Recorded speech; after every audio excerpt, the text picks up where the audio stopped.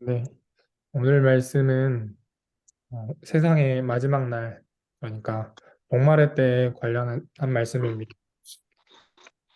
36절에 보면 그날과 그 시각은 아무도 모른다. 심지어 하늘의 천사도 모르고 아들이신 예수님도 모른다고 합니다. 그래서 오직 그때를 아는 분은 아버지 하나님이다라고 말하고 있습니다.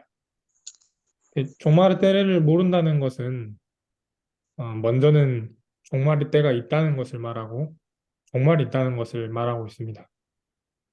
네, 종말이 있습니다. 근데 반대로 생각해서 종말이 없다면, 그리고 종말의 때를 알 수 있다면, 우리 삶은 어떻게 달라질까? 이렇게 생각해 볼 수 있을 것 같습니다. 이때 이에 대해서 말씀의 45절에서 51절까지는 주인이 종에게 맡기신 일에 대해서 말하고 있습니다. 주인은 종한테 하인들을 통솔하고 또 때에 맞추어서 하인들에게 양식을 내어주기를 맡겼습니다. 그리고 정해진 시각이 없습니다. 주인은 생각하지도 않은 날에 뜻밖의 올 것입니다.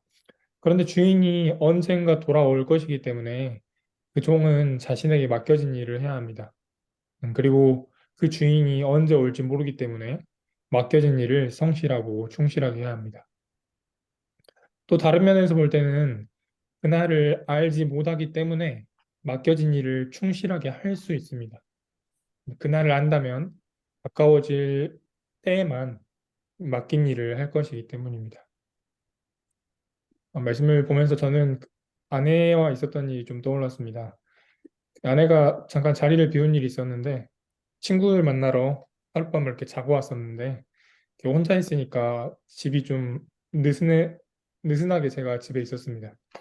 이때다 싶어가지고 설거지도 안 하고 빨래도 늘렸고 집이 어지러웠습니다. 그리고 아내가 오기 전 몇 시간 전에야 이제 제가 집을 정리하기 시작했습니다. 또 다른 때는 아내가 오기로 했던 시간보다 더 빨리 와가지고 정리를 마저 못 끝낸 적도 있었습니다. 그렇게 보면 그때가 정해져 있다고 해서 우리가 그런 것들 충실하게 해나가는 건 아닌 것 같습니다.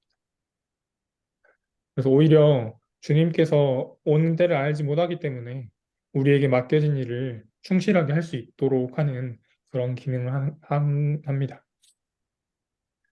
그리고 오늘 말씀에서 맡겨진 일에 대해는 특징이 있습니다. 자기 집 하인들을 통솔하고 또 양식을 내어주는 일인데 그 하인들은 주인의 소유입니다. 그리고 그 일을 맡은 종도 주인의 소유입니다. 그렇다면 우리에게 맡기신 것 중에는 또 주인이 가지고 계신 것, 주인의 소유의 것이 있습니다. 그러니까 하나님의 것이 있습니다. 예를 들면 시간이나 재정이나 그리고 자녀들, 오늘 하루 이런 것들이 우리의 것이 아니라 하나님의 것입니다. 그리고 종에게 맡겨진 일은 주인이 오지 않는다고 해도 해야 합니다.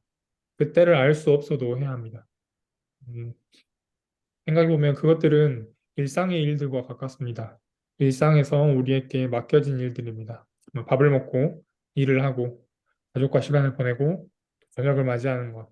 이런 것들은 종에 맡겨진 일들이고 주인의 것이고 또 주인이 오지 않는다고 해도 그때를 알 수 없어도 우리가 해야 하는 것입니다. 네, 말씀을 정리하면서 때를 알 수 없기에 일상을 충실하게 살아가야 하고 또 살아갈 수 있습니다. 오늘이 아마 그때일 수도 있는데 그러하기에 또 주신 오늘 하루를 충실하게 성실하게 살아가기를 바랍니다. 기도하겠습니다. 하나님 감사합니다. 때를 알지 못하게 하셔서 감사합니다. 때를 알았더라면 또 저희의 삶이 달라지고 그때만을 가까워진 날에만 맡겨진 일을 했을지도 모릅니다. 그런데 때를 알지 못함으로 오늘 하루 또 맡겨진 일을 충실하게 성실하게 하시면 감사합니다. 그리고 그 맡겨진 일이 주님의 것이기에 또 그리고 일상의 것이기에 일상 속에서 맡겨진 일들을 성실하게 충실하게 하게 하여 주십시오. 예수님의 이름으로 기도드립니다. 아멘. 아멘.